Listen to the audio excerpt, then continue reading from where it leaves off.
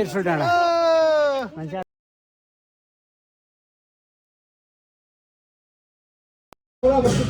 कोरा 2026 हामीले जसरी कोर सुरु गरेका थियौँ यो साल पनि हामी 26 को सुरु गर्दैछौँ है त। ल के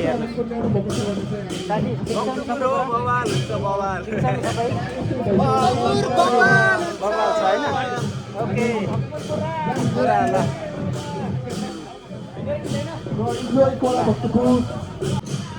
यो हो भक्तपुरको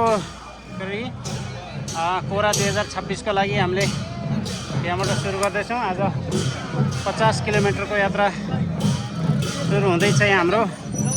ल साथीहरू एकैछिन है ल।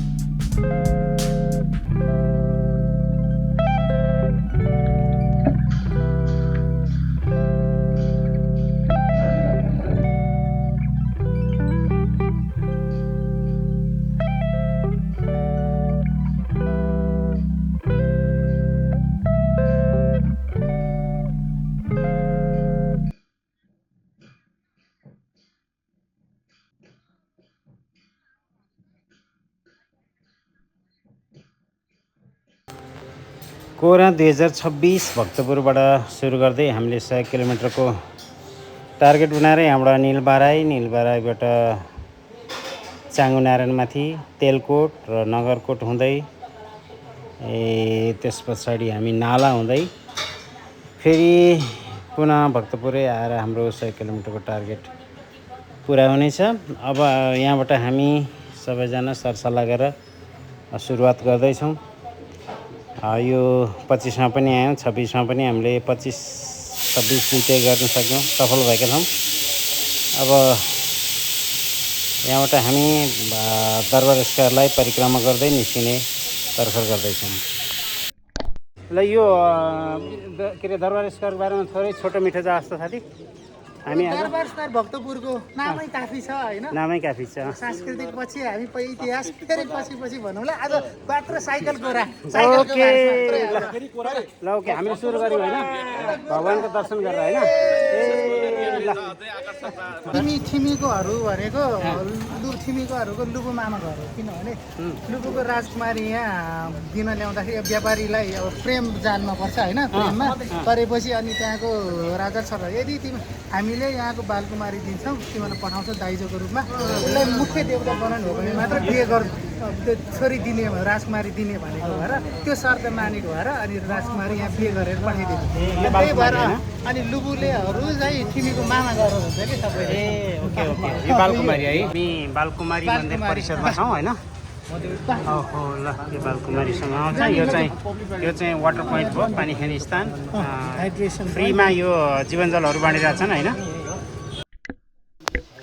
अब हामीले लुबुको र यो बालकुमारी मन्दिर जुन थिमीमा रहेको छ यसको इतिहास त अगाडि सुनिहाल्यौँ।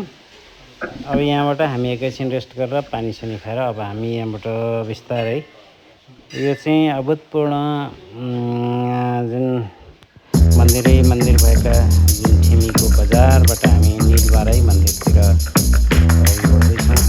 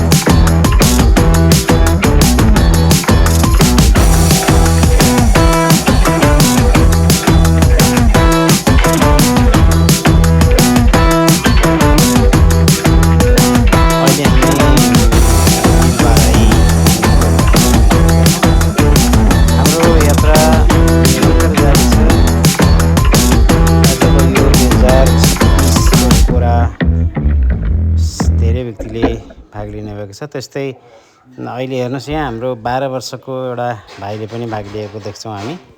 हामीसँगै गएर 25 किलोमिटर पार गरेर आउनको लागि 12 वर्षको भाइ पनि अगाडि बढ्दैछन्। इन्ट्रेस्ट भनेको अचम्म हुँदो रहेछ। यो भाइ पनि अब विभिन्न किसिमका मान्छेहरू पनि हिँडिरहेका छन्, अशक्तहरू पनि हिँडिरहेका छन्।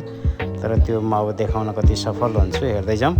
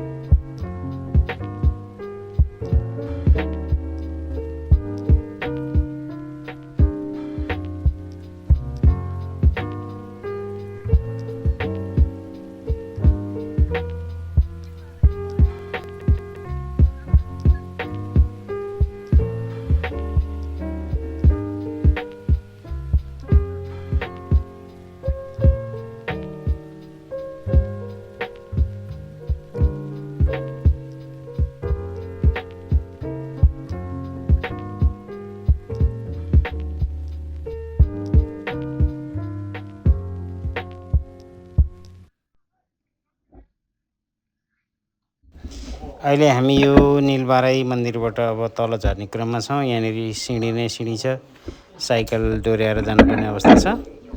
नीलबाराई मन्दिरको आसपासमा चाहिँ पिकनिक गर्ने स्थान पनि टन्नै रहेछ। यहाँले पिकनिकको लागि पनि आउन सक्नुहुन्छ। एकचोटि घुम्नै पर्ने ठाउँमध्येमा नीलबाराई पनि रहेछ। हामी त 2025 मा पनि यहाँ आएका थियौँ। अहिले 26 मा पनि यहाँ आयौँ कोराको लागि। यो बाटो हामीले रोजेको 2 साल भइसक्यो।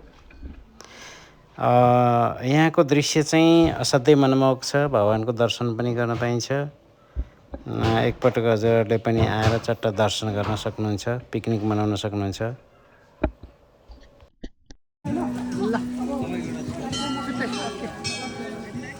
फाइनली हामी कहाँ आइपुग्यौँ? नीलबाराई। नीलबाराईमा नीलबाराई मन्दिर आइपुगेका छौँ हामी। ल यहाँनिर चाहिँ हाम्रो यो ब्रेकफास्ट स्थल। यहाँ ब्रेकफास्टहरू बाँडिरहेका छन्। कुपन हामीलाई पहिल्यै उपलब्ध भएको हुनाले हामीले अब यहाँ कुपन लिएर जान्छौँ र यहाँबाट दिनुभएको ब्रेकफास्टहरू लिएर हामी खान्छौँ। त्यसपछि हामी आफ्नो यात्रालाई अगाडि बढाउँछौँ। अहिले हामी चाङ्गु नारायण मन्दिर परिषदमा आइपुगेका छौँ है। ल साथीहरू टन्नै देख्न सक्नुहुन्छ। यसरी यो कुरा लेसिक्सको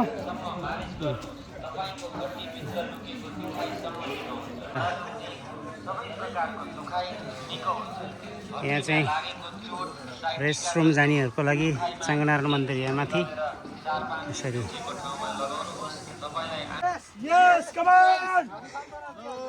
हेलो, वेलकम टु त्रिशुल डाँडा। हेलो, ल वेलकम टु त्रिशुल डाँडा है साथीहरू। त्रिशुल डाँडाको बाटोमा त्रिशुल डाँडा मान्छे आएको छैन? ए गजबले आएको छ। ल फोटो एउटा ओके, एकछिन है। फोटो पनि हान्न मिल्छ यसैबाट? ओके ल ओके ओके। ल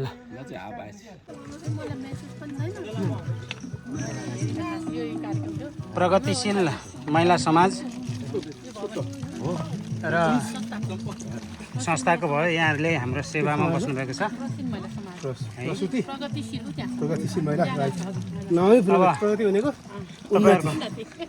तपाईँहरूको प्रगतिशील पनि युट्युबमा आउँछ। युट्युब सब्सक्राइब गरिदिनु होला। हो त चाङ्गुमा 2 जना मात्र होइन।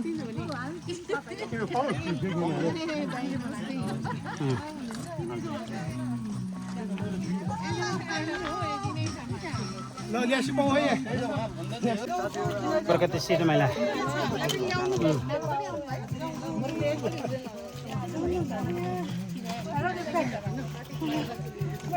जागा पनि हुन्छ हामीलाई।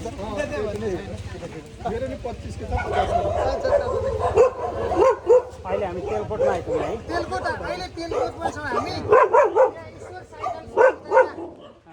पानी हामीले उपलब्ध गरेछ। सबभन्दा धर्मको पानी बाँड्नु हो। अब त्यो ईश्वर साइकललाई फलोस् फुलोस् प्रगति होस्। पनि प्रमोसन। त फोटो पनि एउटा आयो है त।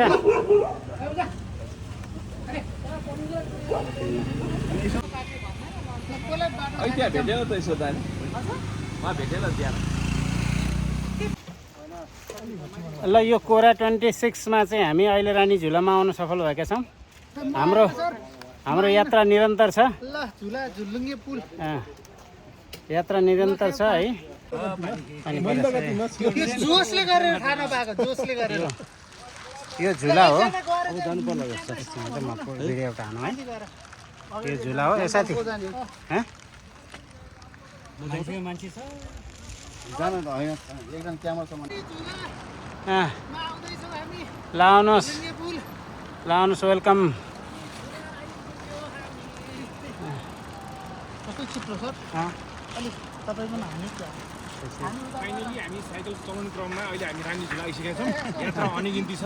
आजको यात्रा हाम्रो नगरकोट हुँदै तल बेसी हुँदै हामी भक्तपुर पुग्छौँ। यात्रा एकदम एडभेन्चरस छ। ल ओके। यात्रामा धेरैले साथ दिइरहनु भएको छ हामीलाई। जोस जाँगर हिम्मत लिएर अगाडि बढ्छौँ।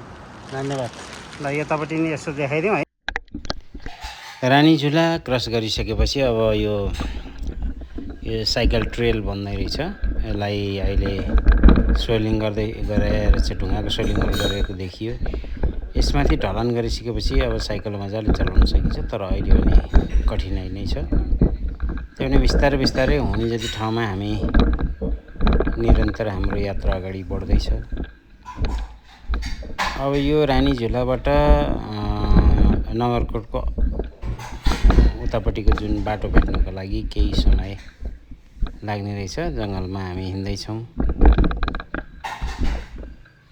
आजको यात्रा चाहिँ निकै महत्त्वपूर्ण यात्रा भएको छ। यो यस्तो ट्रेलमा पनि हिँड्न पाइयो।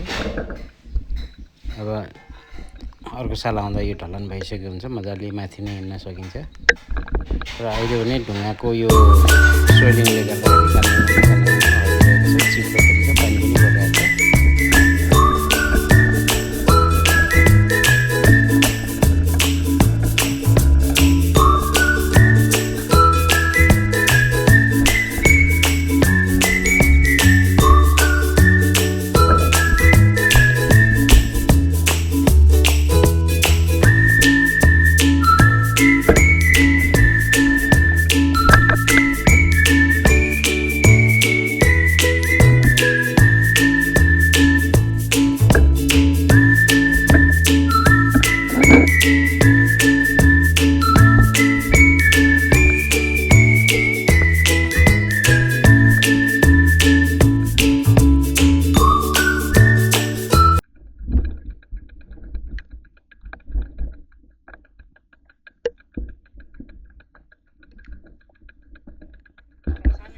अप्ठ्यारोबाट अब सकिएको छ। यो दत्तात्रेय है यो बिल्डिङ दत्तात्रेय है। ल मजाले आउँछ भिडियो हो दत्तात्रेयको। बोल्नु हामी कोराको लगभग सकारा इन्डिङ पोइन्टमा आइपुगेका छौँ।